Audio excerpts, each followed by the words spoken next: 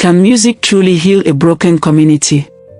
Witness the incredible journey of one young man who used the power of melody to mend the wounds of his village after a devastating event. Before the storm ever came, there was peace. In the heart of Nigeria, nestled between rolling hills and wide green fields, lay a village called Oluwada. It was a place filled with laughter, dancing feet, and colorful clothes that fluttered like the wind. Children ran freely under the warm sun, their laughter echoing through the trees. Elders sat beneath the shade of mango trees, sharing wise proverbs and stories from long ago. Life was simple, but it was beautiful. The people of Oluwada were united like one big family. Every morning, the village came alive with the sounds of birds, drums, singing, and the soft rustle of palm leaves. Music was not just something they listened to, it was a way of life.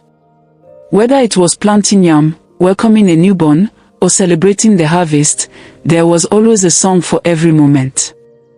The people believed music carried the voice of the ancestors and kept their spirits alive. At the center of this musical world was a young man named Tond.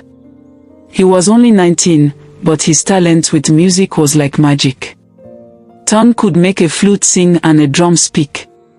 He made instruments from wood and calabash, and his voice, deep yet soft, had the power to calm even the loudest baby.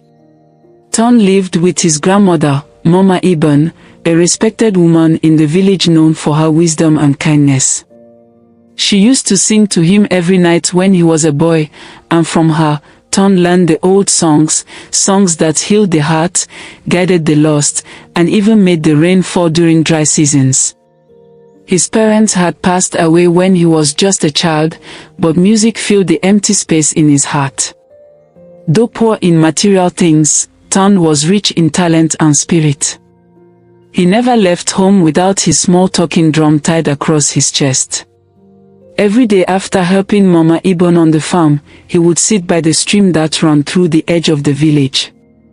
There, he'd play gentle rhythms and sing songs that told stories of bravery, kindness, and love. Sometimes children would gather around him, their eyes wide with wonder, as he played and smiled. People in the village called him Oluwaren, meaning the boy whose songs travel far. His music brought peace and unity. If two neighbors quarreled, Tond would play his drum between their huts and soon, laughter would return.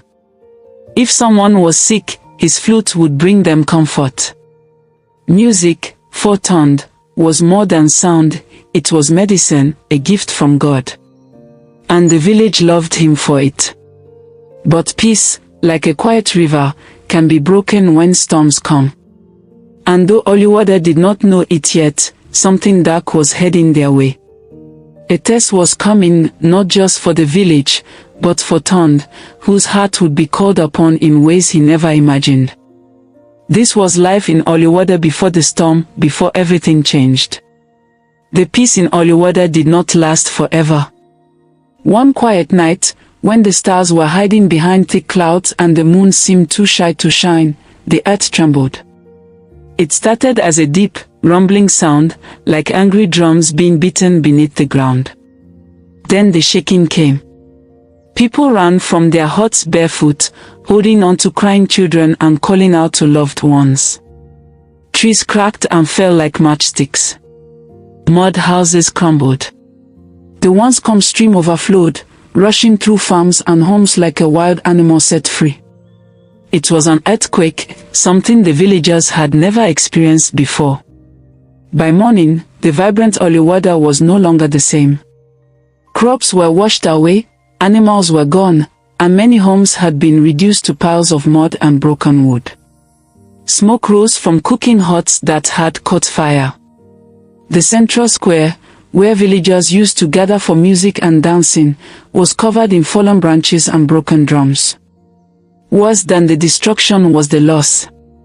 Elders who once sang praises of the land were now silent forever. Children's laughter was replaced with quiet sobs. Among the dead were friends, neighbors, and family. Tond's hands shook as he searched the ruins of their home. By God's mercy, Mama Ibn had survived, though she was weak and deeply shaken. Ton stood in the middle of the village, his drum still strapped to his shoulder, untouched but heavy. He wanted to play, to bring comfort, to remind people of hope, but the songs had left his heart. What music could he play when the village lay in ruins? What melody could rise from so much sorrow? The people of Oluwada moved like shadows. The days felt long, the nights even longer. No one sang anymore. The flute, the drums, the sweet voice of the women grinding cassava, all had gone silent. Even the birds seemed to mourn, their chirps faint or missing. It was as if the earthquake had stolen not just their homes, but their joy. Ton sat by the broken stream every evening, his drum beside him, untouched. Children no longer came to sit and listen. Instead, they clung to their mothers with sad, hungry eyes. The market was empty, the air still, as though the land itself was holding its breath. Some villagers whispered that the gods were angry. Others said it was a curse. Many simply gave up. The spirit of the people was broken. Without music, it was as if the village itself had stopped breathing. In a land once alive with rhythm, there was now only silence.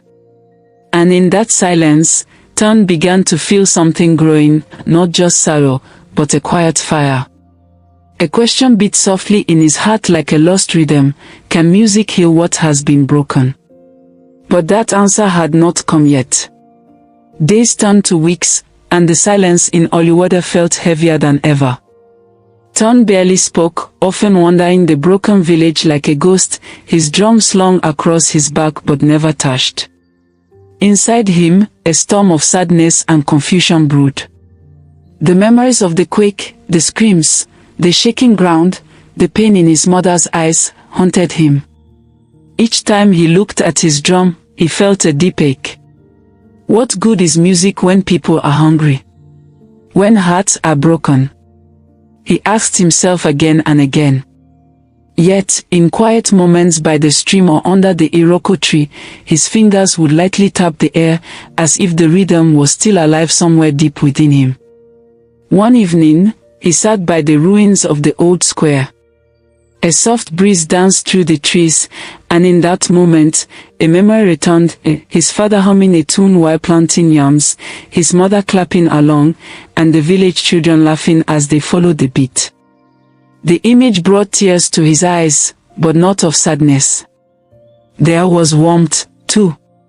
He realized that music wasn't just for celebration, it was for comfort, for remembrance, for hope. That night, under the pale moonlight, Ton did something he hadn't done since the quake. He played a single note on his drum. It echoed gently into the night. The sound was shaky, unsure, but it carried something powerful.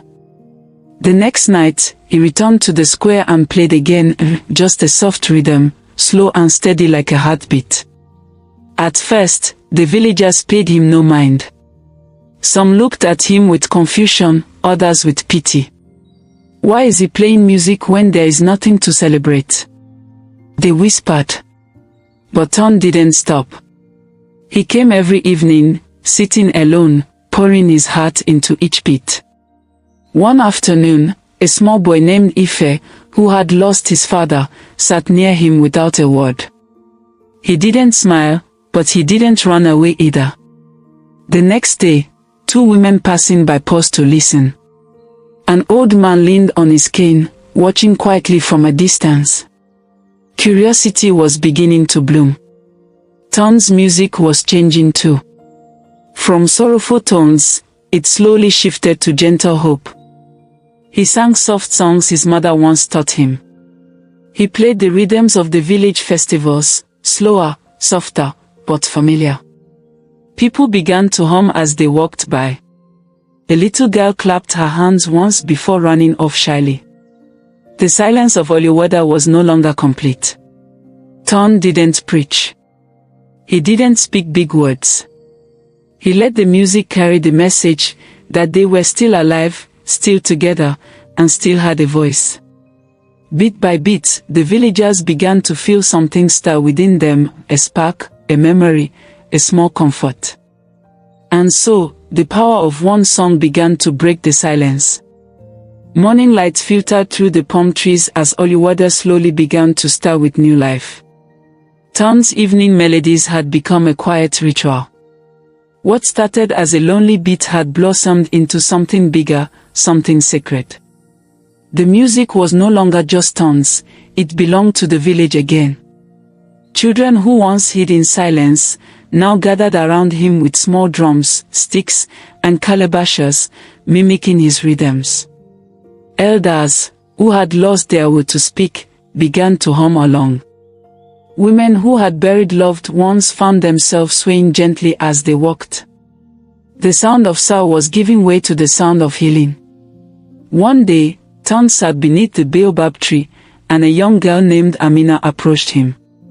She carried a wooden flute, dusty and cracked but still whole. "My grandfather gave me this," she whispered. Ton smiled warmly. "Then let it speak." She played, unsure at first, but the notes fluttered into the air like butterflies. For the first time in weeks, someone laughed. Inspired, others began to dust off their old instruments, talking drums, shakirs, gourds, and even their voices. Each evening became a gathering, not a concert, but a circle of shared sound and healing. The music gave people space to cry, to smile, to remember, and to rebuild. Under the open sky, they sang songs of ancestors, of harvest, of rain and birth. The melodies were not perfect, but they were real. They were full of heart. With every beat, pain softened, hearts lifted, and homes were slowly repaired. The elders noticed how the children no longer played in fear. The mothers saw their sons laugh again. The village, once broken, was stitching itself back together, with music as the thread. The village square, once filled with rubble, became a place of reunion. Not just for music, but for togetherness. People brought food, shared stories, and offered helping hands. Songs turned into conversations. Beats turned into dances. The air smelled of jollof rice, firewood, and joy. Even the village chief, Boba Oletunde, who had barely spoken since the disaster, came forward one night. Standing tall in his faded agbada, he placed a hand on Ton's shoulder and said, "Your music reminded us who we are. You brought our hearts back." Ton was not a healer in the way of herbs or magic. But his music had become medicine for the soul. It didn't erase the pain, but it helped carry it. It gave the people of Oluwada a reason to gather, a rhythm to follow, and a voice to sing with. And so, from the ashes of loss, something beautiful began to grow, rooted not just in notes and melodies, but in unity, hope, and the unshakable spirit of a people who remembered how to feel again. Seasons changed, and with time, so did Oluwada. What was once a village of silence had become a place where music danced in the wind. Laughter returned to the marketplace. Children ran barefoot through the fields, singing tunes born from pain but blooming in hope. The heart of the village now beat with rhythm, strong, steady, alive. Ton's music was no longer just a sound. It had become a language. A language that healed wounds words couldn't. His story spread far beyond Oluwada. Other villages heard about the boy who used songs to mend shattered spirits. Travelers came, not just to see, but to feel. They arrived burdened, and left lighter, carrying home with them pieces of Ton's melodies. One bright morning, the village square unveiled a mural, painted by the young people of Oluwada. It showed Ton sitting beneath the great baobab tree, surrounded by villagers playing instruments, their faces full of peace. At the bottom, the words were carved into wood. In music, we found our voice. In harmony, we found ourselves. The once hurtful silence that had haunted Oluwada was now filled with purposeful sound. Music had become part of every day again, but now with deeper meaning. It played during harvest, at births, and even during moments of reflection. No celebration, no sorrow, was ever faced alone again. Music reminded them they were not just survivors, but a community. Turned, now older, became a teacher to young boys and girls. He didn't just teach them notes, he taught them how to listen, how to feel, and how to use their voice to lift others. He often said, "Your drum it can be someone's heartbeat. Don't just play, heal." He started a small music school made of bamboo, mud walls, and love. It was named Iron Ale, Journey of Joy. Children from near and far came to learn, and more importantly, to find hope. Elder Baba Oletunde, once silent in grief, now opened every village meeting with a song. He would say, "Even in sorrow, there is rhythm. Even in darkness, there is melody." It took one boy, one beat, to show us the light. Years passed, and Ton's songs were sung by people who had never met him, in places he had never been. But the heart of his music, healing, unity, and resilience, remained strong. And in every hand that strummed the chorus, every voice that lifted a hymn, Ton's legacy lived on. Oluwada was no longer just a village. It was a symbol. A reminder to the world that even when everything is lost, something as simple as a song can begin the rebuilding. That in the face of hardship, harmony can still bloom. And so, the village that once cried in silence now sang in strength.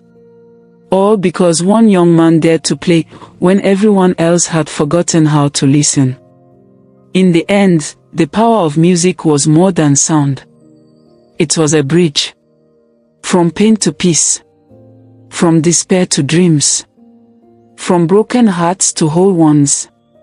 And in every note that floated through the air of Oluwada, the message was clear. We are still here.